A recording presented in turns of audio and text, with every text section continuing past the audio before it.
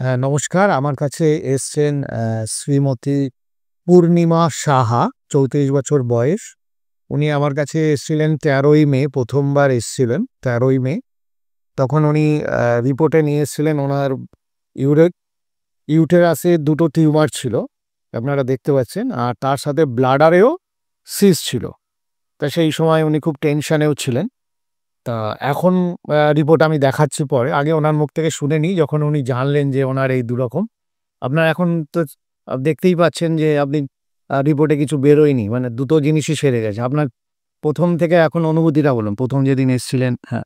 খুব ১ম তো খুবই টেনশন হচ্ছিল। আর এখন মানে খুব আনন্দ হচ্ছে আমার এই রিপোর্ট দেখে।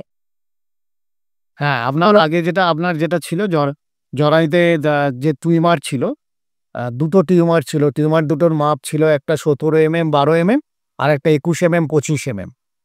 আর আর যেটা ব্লাডারের মধ্যে যেটা ছিল সেটা 7.3 এমএম ইনটু 6.3 এমএম। মানে এই দুটোই ভয়ের ব্যাপার। ওনাকে তখন চেন্নাইতে যাওয়ার একটা ডিসিশনও নিয়েছিল। তখন ৩ থেকে ৪ মাস ওষুধ খাওয়ার পরে এখন আপনারা দেখতে পাচ্ছেন এখানে আর কিছু নেই।